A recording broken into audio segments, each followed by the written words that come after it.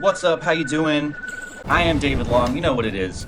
Hope you're having a wonderful day. I'm going to just run through basically a list of the key differences between Integral 1.0, Integral the brand, and the Integral Emergentist Revolutionary Movement, or Integral 2.0, that upgrade to your integral cognitive operating system. So the first difference is no idealism or no creationism.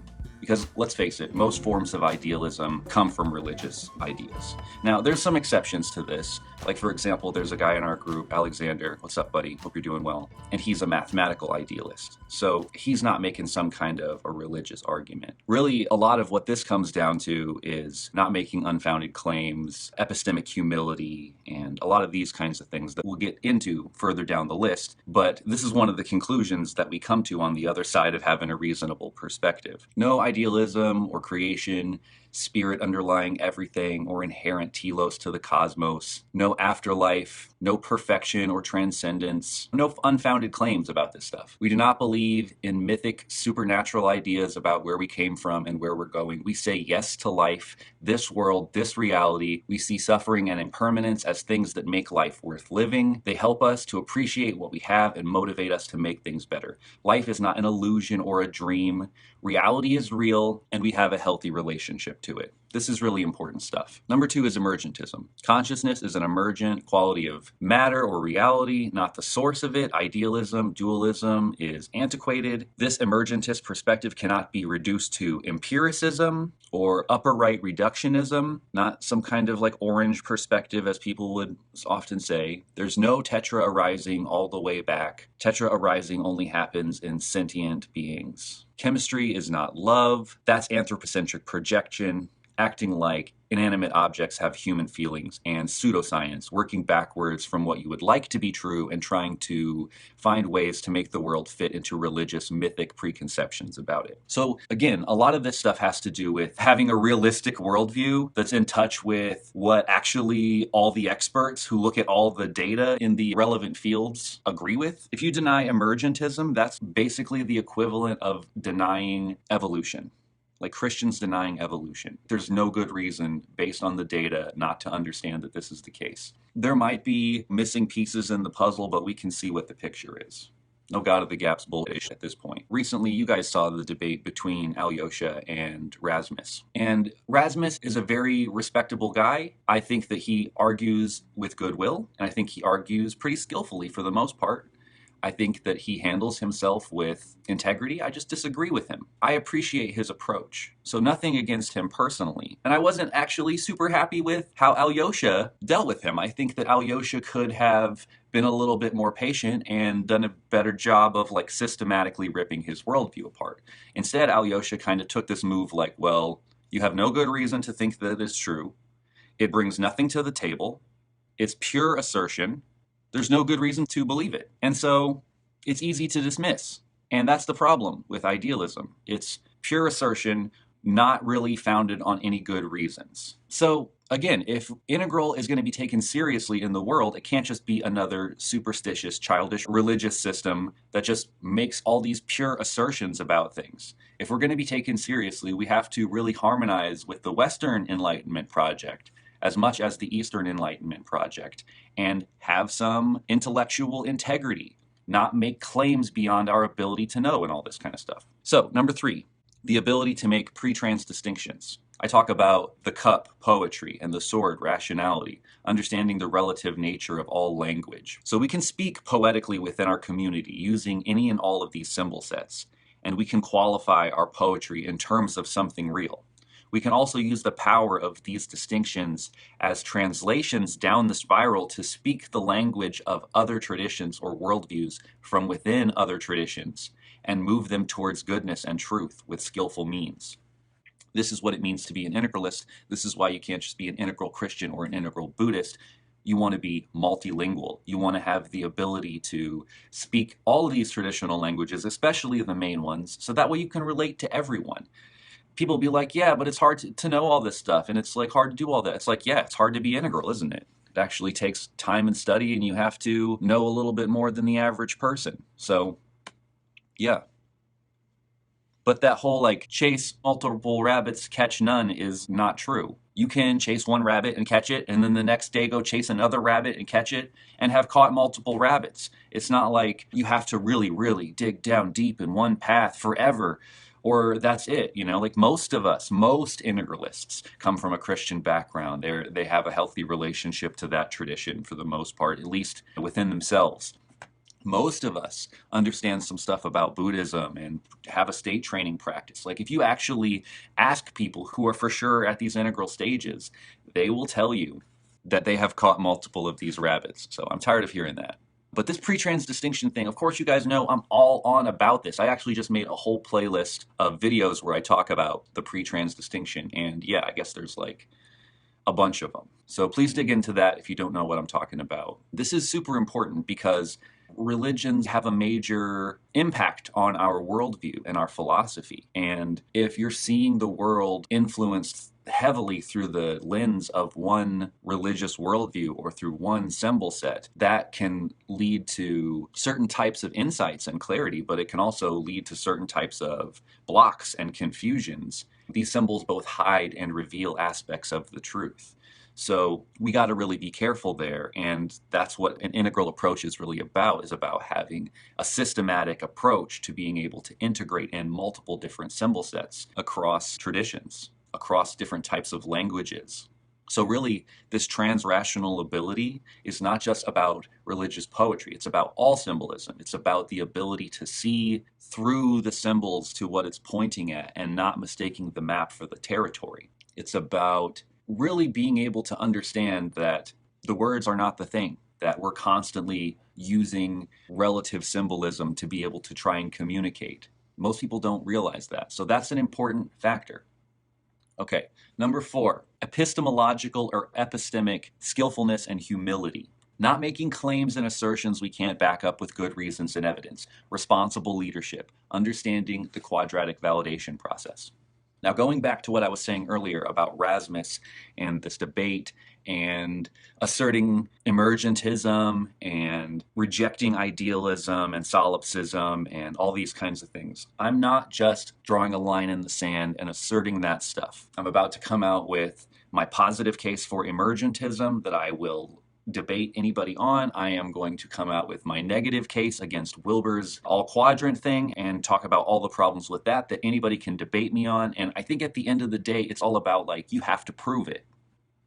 You can't just say it. That's the point of this epistemic skillfulness and humility. If you're going to plant your flag, you better stand by it. And so this is something that I feel like I can stand by. I think it's the reasonable conclusion. I think we should all be on the same page about this.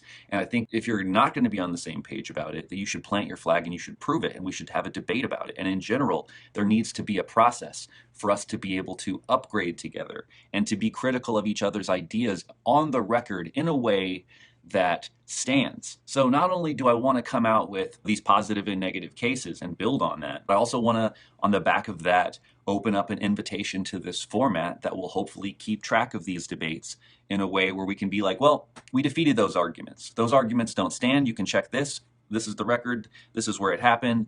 Right there, boom. And so we're done with that. We moved on because we have to be able to build together. And that means we need to be able to establish things. Like, again, this is that being more in touch with the Western Enlightenment project stuff. If we're going to build together, we have to be able to establish things and build on top of them and defeat things. Okay, so number 5, embrace life. This is the problem with a lot of these Eastern philosophies is they become life and world denying. So becoming, creating, and self-mastery, not just self-transcendence and state training all the time. Not just state training. Post-formal integral religion. The 4 S's of an integral spiritual practice as outlined in my video about the 4 S's of an integral spiritual practice. Reality is real and we have a healthy relationship to it. Our ultimate goal is not personal spiritual enlightenment or freedom and transcendence, but a better world for us all right here and now. This is it. Let's make it good. Let's appreciate it for what it is. That is so much unhealthy spiritual bypassing in our community. Not just state training. Number 6, a movement and a lifestyle versus just products and events. skillful leadership, organization, integration, and outreach, affordable and available events for all economic classes, encouraging, connecting, expanding, refining, and participating in the integral movement and culture. So, yeah, an unfolding integral movement, actually something people can plug into with a lifestyle, something you can get involved in instead of just passively consuming media and products and going to events where other people talk. So that's kind of what we're trying to do in this group, start to get some of that stuff going, start to get some meetings, start to get people plugged in. And after COVID is over, I would like to have us get more into the meetups and start our own local groups and do stuff like that. And I'm talking to you. You should start a local group, hold it down, show people this video, not this video, maybe some more intro videos, you know what I'm saying? Okay, so yeah, that's an important thing. We got to get this thing going. And I don't mean like, okay, so here's another thing. A lot of people say things about like outreach. I'm not talking about trying to sell everybody in the world on integral. I'm talking about finding people who are already at these stages or close, like late green, people who are already at these stages. We don't need to get everybody to do it. There are different levels of inclusion and integration, and I'm going to come out with that long view book, which is going to outline these different stages and give a basic understanding of how we can build this thing and grow it into the future. And along with that, I'm going to launch that Integral Hub website as a place for us to be able to all plug in together and create databases and stuff like that for our movement and expand together. Again, we got to build like real practical, like real. This can't just be endless talking. Integral needs to be helping the world. Postmodernists are not going to save us. They don't have a solution. They just complain to mommy and daddy that they aren't doing it better. We are the adults. We have to step up. We have to take responsibility. And so that means, first and foremost, we need to get our shit together. So yeah, let's get organized. Embracing debates and disagreements. Okay, I like this one, right? Let's argue about some issue. We care about the actually true and good. Creative friction and tension help us grow and refine, right? So this is built into integral governance and this idea that by processing tensions, we'll be able to refine and grow together to be able to do better. So we're going to build that stuff in. Plus, we do need to have more debates. I'm trying to set up like I said, a new format for those debates. I'm going to invite debates, like plant my flag, and be like, the real integral is over here. We can back that up. Here's how. If you don't think so, why don't you step into the ring and back your shit up in a way that's not just going to be like you can say whatever you want, and at the end of the day, it's going to be open to the jury of people to decide. No, we will systematically go through and see what points stand and what points don't. 8, revolutionary. Non-violent approach to revolution. That's revolution with the small r and the big E. New transformational governance, educational, religious, social systems, not just translation. Collective individualism, integral synthesis. Move the hierarchy from the economic sphere to the public sphere. Move the society more to the middle economically and focus on individual needs and growth as an investment in the future. So individuals can bring their skills to the project of humanity. Integral, emergent, transparent, interactive governance systems, right? So basically here I'm just talking about the move from yellow into turquoise, right? Basically the idea is that we're not just going to translate infinitely down the spiral and be these like closeted shadow workers forever. Eventually, we need to build our own systems. We need to build new religions, new governments, new societies, and craft the new world to birth the integral age. And we need to do this. We need to do it soon because the world needs us. It's going to take a really long time. Don't think I don't realize that. We got to be realistic about it. It's going to take a long time, but we got to get to work on it. And there's not a moment to waste. Number 9, anti-racism. We need to take a strong anti-racist stand. Explicit racism will not stand in these groups. Recently, I had an integral leadership meeting about racism in our communities, and I decided this is one of those things that you would think would go without saying, but it doesn't. So, yes, anti-racism. No racism allowed. I mean, we're already saying no idealists, except for maybe mathematical idealists, which I mean, I'll argue against that too. But, dogmatic idealists, no. Racists, no. It means something to be in this community. If you're feeling like my energy is very edgy, like it's because we're drawing lines in the sand, right? We're being like, no, no, no. This is what we're about. This is where we stand. This is where we plant our flag. This is what it is. Integral 2.0. That upgrade to your integral cognitive operating system. Engaging content is number 10. No boring content. What's up, David? I'm going through the list of differences between Integral 1.0, the integral brand, and integral 2.0, the integral movement. Let me just recap. No dogmatic idealism or creationism is number 1. Number 2 is emergentism, which I said basically comes back to number 4, which is epistemic skillfulness and humility, not making claims beyond your ability to know and coming to good, reasonable conclusions. So that's number 4. Number 3 is pre-trans distinctions, being able to understand the relative nature of language and being able to do some cross-cultural, cross-traditional interpretation, not just being stuck in one worldview, you know, the integral stuff. Again, epistemic skillfulness and humility, not making claims beyond your ability to know. Number 5 is embracing life, reality, this world. Number 6 is a movement and a lifestyle versus products and events. Number 7 is embracing debates and disagreements. Number 8 is a revolutionary approach, wanting to create new systems, new ways of doing things, not just translating down all the time. Of course, translating as well, but not just translation, also like trying to build a future better world together and like actually working on that. Number 9, anti-racism. Not going to stand for it. Number 10, engaging content. In no particular order necessarily, maybe there's a way that they could be reordered. Engaging content, let me say a little bit more about that. I think it's important to make an attempt to make content that's accessible and engaging and not just a bunch of boring, slow, unedited talking heads all the time. Sure, talking heads, of course, you know. We have talking heads all the time, but I always try to make it engaging. I try to make it actually important and relevant and in a language that anybody can understand. This kind of stuff. This is important for integral, the movement, for us to be able to have engaging content. Okay, so there's a couple more things here. There are philosophical upgrades that also come with Integral 2.0. So for example, when it comes to quadrants, there's no more tetra-arising all the way down and back. There's nested quadratic Holarcies, which is this new upgraded thing that I'm bringing to the table that I need to make a video about just that. Since I've made a few videos mentioning it, but I've never made a video just about that, I need to do that soon. So nested quadratic Holarcies is basically an understanding that in different contexts, certain quadrants are primary and relate to each other differently, and that you can't just think about it in this kind of flat way. We also have Quadratic Zoom and a better understanding of the quadrants as well, where we can talk about quadrants within quadrants, not just quadrants within the upper right quadrant, like integral methodological pluralism, but quadrants within the other quadrants too, the 4 S's of an integral spiritual practice. And I have also these quadrant maps for morality, quadrant maps for politics. If you haven't seen those, hit me up. I'll show you that. I'm, as far as I know, the only integralist who has talked about quadrants within quadrants like this. Anyways, cross-quadrant validation or tetra-validation. So an updated version of epistemology where it's not just about looking in the right quadrant for data, but looking in the correct quadrant for data and then trying to find explanatory power through cross-quadrant validation or some tetra-validation.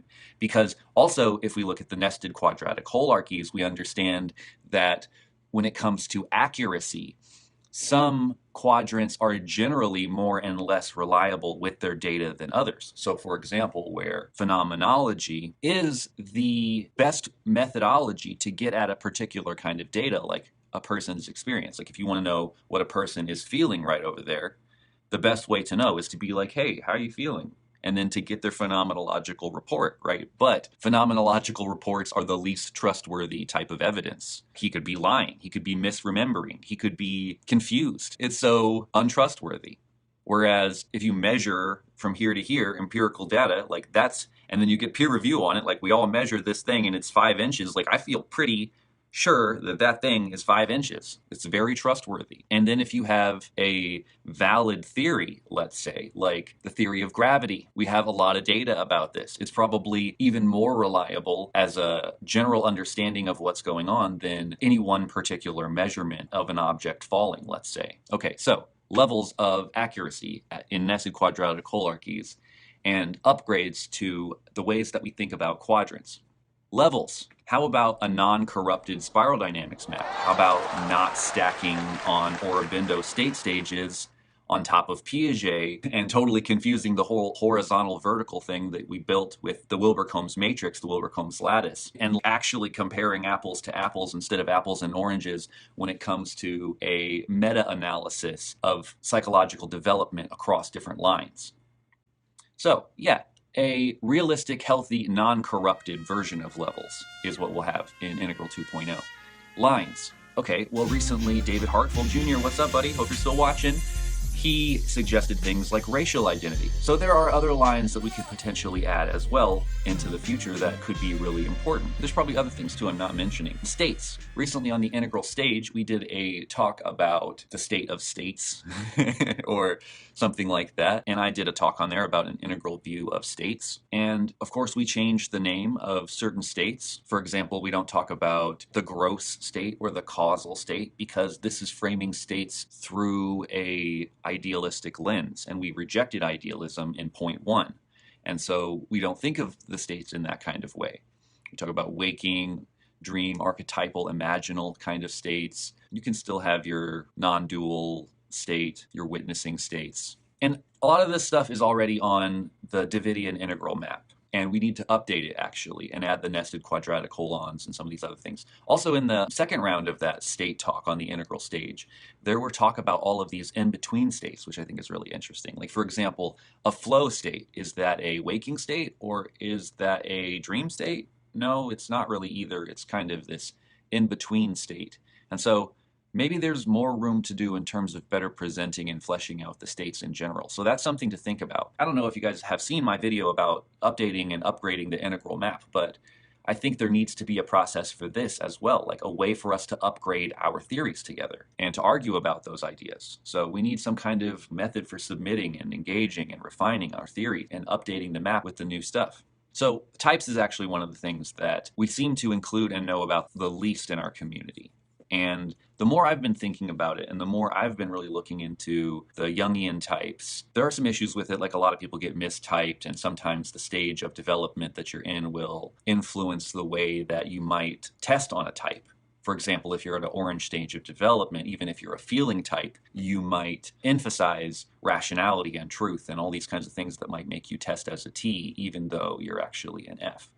So there's a lot of issues and confusions around that, and you almost need like a professional practitioner to type you and figure out what's going on with you based on an understanding of your functions, and that's getting into some complicated stuff. There's actually a very interesting, almost kind of like quadratic graph. A lot of people just think that your type is your type, but that's just your ego type. There's also super ego, unconscious, and subconscious, and they all relate to how your type expresses. But I want to really know more about this, and I want to know how certain types and their functions might relate to different lines as they move through stages. So in the same way the Wilbur-Combs matrix does the states and stages, I think it would be interesting to know about how types move through lines through stages. I'm not sure exactly what you would call that, and there's a lot of work still to be done on it, but I think that's like some cutting edge territory that if we explore it together would actually yield tons of benefits, because the types thing is something that not a lot of us include enough of.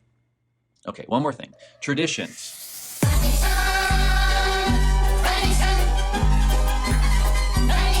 I would like to see more inclusion of the paganism and occultic traditions, lower left and lower right world-centric systems thinkers, activists, scientists, people like Peter Joseph. I want to see more zeitgeist type people in our community. I want to see more people in our community and include more voices of people who have ideas about how we're going to change things and make them better. Big up Troy Wiley. If you're not familiar with his stuff, check out his video, Integral Zeitgeist and Neo-Tribal Zeitgeist. He's got some good thoughts about the future of integral as well. I really vibe with that guy. And yeah, so Integral 2.0, drawing lines in the sand, planting our flag, putting pressure on this community to step up, grow up, show up, clean up, wake up, all that stuff, right?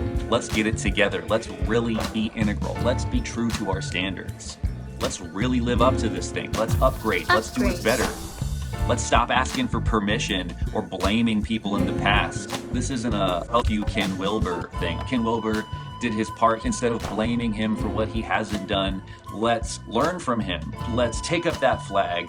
Let's upgrade that upgrade to your integral cognitive operating system. Let's move on and let's create something really awesome together. My friends, a better future, a better world is possible, and together we can make it real. Hello there, this is Daniel Gortz, Donnergott of Meta-modernism, the Meta-modernism think tank and publisher. I'm making this short video to give a shout out to David Long's project Integral 2.0. So Integral 2.0 is about upgrading the integral movement and upgrading the integral philosophy into something that takes issue with the core aspects of integralism that have been bogging the movement down and preventing it from realizing its full potential. Its full potential being becoming a centerpiece, I suppose, for coordinating different paradigms, different movements, different sciences, different kinds of philosophies, different ethics, different cultural spheres. And as long as we have this kind of too religious, too spiritualist, I would say too magical underpinning in the integral movement, the movement is going to be stuck and also produce a lot of unhealthy dynamics, which unfortunately can harm people a lot and also create possible slides into nasty things like totalitarianism. So I think David Long's work here is important, and I'm happy to join him in upgrading from Integral 1 to Integral 2.0, and I hope he will be continuing doing what he does, and I hope that people out there find what I find. This is important and incisive work, which is also fun to engage with, and David is a charming guy who's fun to listen to. So if you haven't given his stuff a shot yet and followed it and listened into it, it may very well be worth your time and attention. I find it has been for me. What up, y'all? This is Armando Davila, coming from Oakland, California, the unceded territory of the Ohlone and Weechan people. I work at the intersection of social, environmental, and economic justice, grassroots civic engagement, and creative visionary culture. I just want to say that I'm upgrading to Integral 2.0 and support the David Long and his visionary agitational work to refine our operating systems as integral and evolutionaries. So shout out to you, buddy, and good luck with the work. Hello, my name is Troy Wiley, and I'm with Hack Humanity, an action network of World Summit. And I am definitely supportive of the evolution towards Integral 2.0 to help us create a better world here and now. Hello, I'm Robert Stram, an activist for World Summit and Hack Humanity.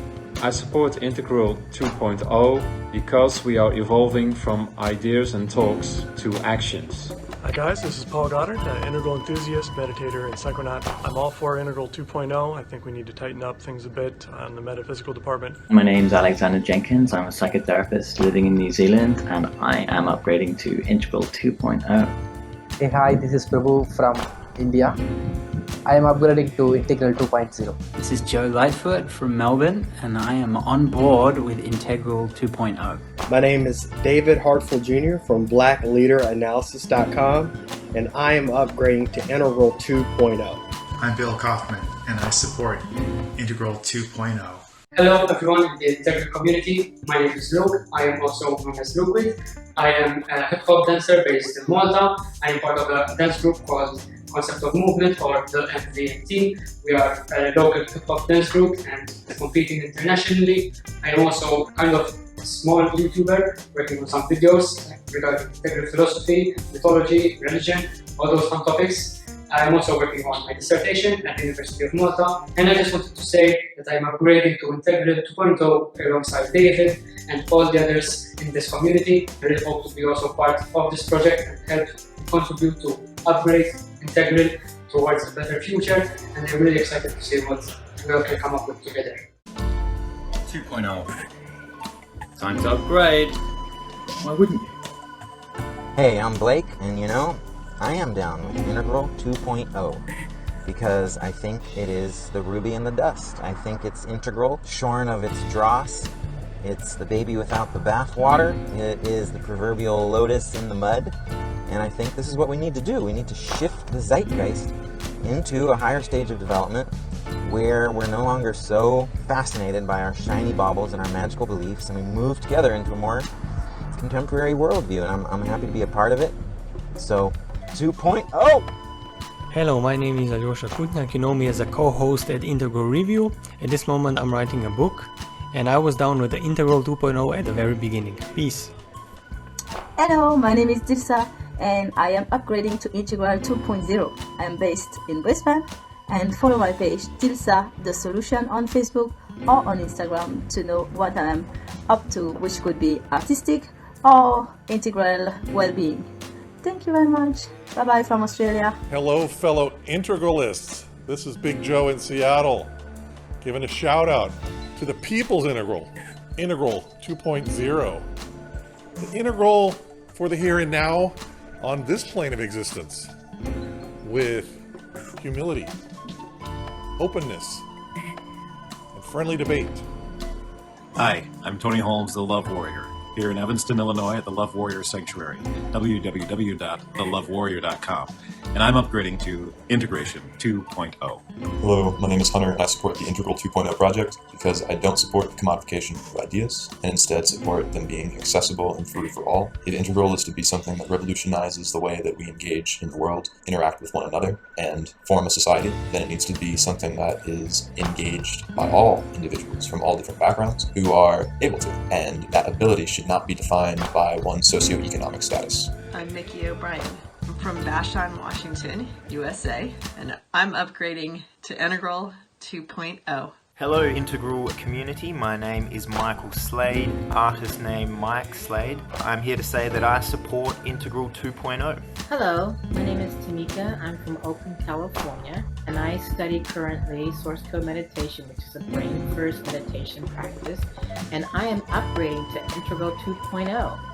I'm Kai, an artist here in the US, and I've been upgraded by Integral 2.0. Have you? By the merch. Hi, I'm Layman Pascal from the official Integral Committee Against Sleeves.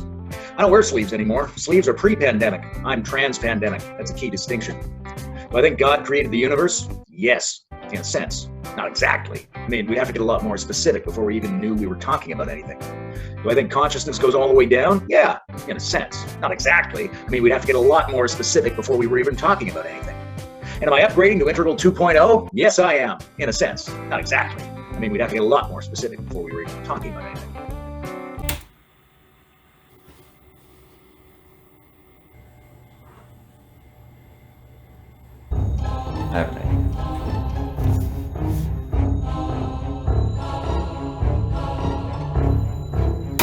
Hi, I'm Layman Pascal, and am I upgrading to Integral 2.0? Yes, I am. Much better. Hi friends, my name is Julian Walker, and I've been following the work of Ken Wilber since the early 90s. I read everything he wrote for a good 10 to 12 years there, and then kept staying in touch with his work after that. And I was into it way before it was called Integral Theory. Back in the day, there was a website called World of Ken Wilber, and I was part of the original core group who would debate and discuss a lot of his ideas and their implications. I was originally drawn to Ken's work because of the brilliant synthesis of Eastern and Western psychology, of understanding how different meditation techniques and different ways of understanding the psyche could be helpful to individuals in terms of stage of development and where we get stuck and how to heal and how to kind of wake up. All of that was very compelling to me and really influenced my work as a yoga teacher, a meditation teacher, a body worker, working with people who have trauma, that sort of thing. I was involved in a Ken Wilber Integral forum on a website that was called Zods for a few years there before they got bought by Gaiam and then gradually became defunct. It was a social media experiment before Facebook became a place where adults also went. And as a result of a lot of my discussions there, Ken Wilber asked me to come onto his Integral Naked, what now would be called a podcast, to talk about the problems with The Secret, which of course was a big honor for me and I had a great time doing it. But at that time, what I was beginning to notice is that people who identified as being into integral theory or the work of Ken Wilber tended to be very smart New Agers. They tended to be people who were looking for intellectual rationalizations to justify remaining in sort of New Age magical thinking. And for that reason, I found the pre-trans fallacy very interesting. And for that reason, over time, I found myself slowly parting company with the integral community. And I found that there's a level of intellectual dishonesty and there's a level of theological kind of, not dogmatism, but maybe dogmatism, but where there's a notion of this sort of absolute truth that can be discovered through interior experience that in a way transcends all of the other quadrants. I have profound problems with that kind of metaphysics. So anyway, I can't go into too much detail in this short video, but I just want to say I'm an enthusiastic ally of David Long's and of Frank Fisher's, and I feel that for an Integral 2.0 to really emerge, some of these key problems around how consciousness is thought of, around the relationships between the quadrants, and just in general around how we enact an integral vision that is more scientifically informed, more psychologically literate, more up-to-date in terms of things like neuroscience and philosophy of mind, the better. And so I'm all about Integral 2.0. Catch you later. I hope you enjoyed this talk. Thanks so much for watching. Make sure you like, share, and subscribe. Support me on Patreon like the rest of these beautiful people over here. I could really use your support. We're doing important stuff over here. Hey, if you're not supporting me on Patreon, support me on Patreon. Thanks so much for your time. Peace. Yeah, eye in the downward triangle. What you think?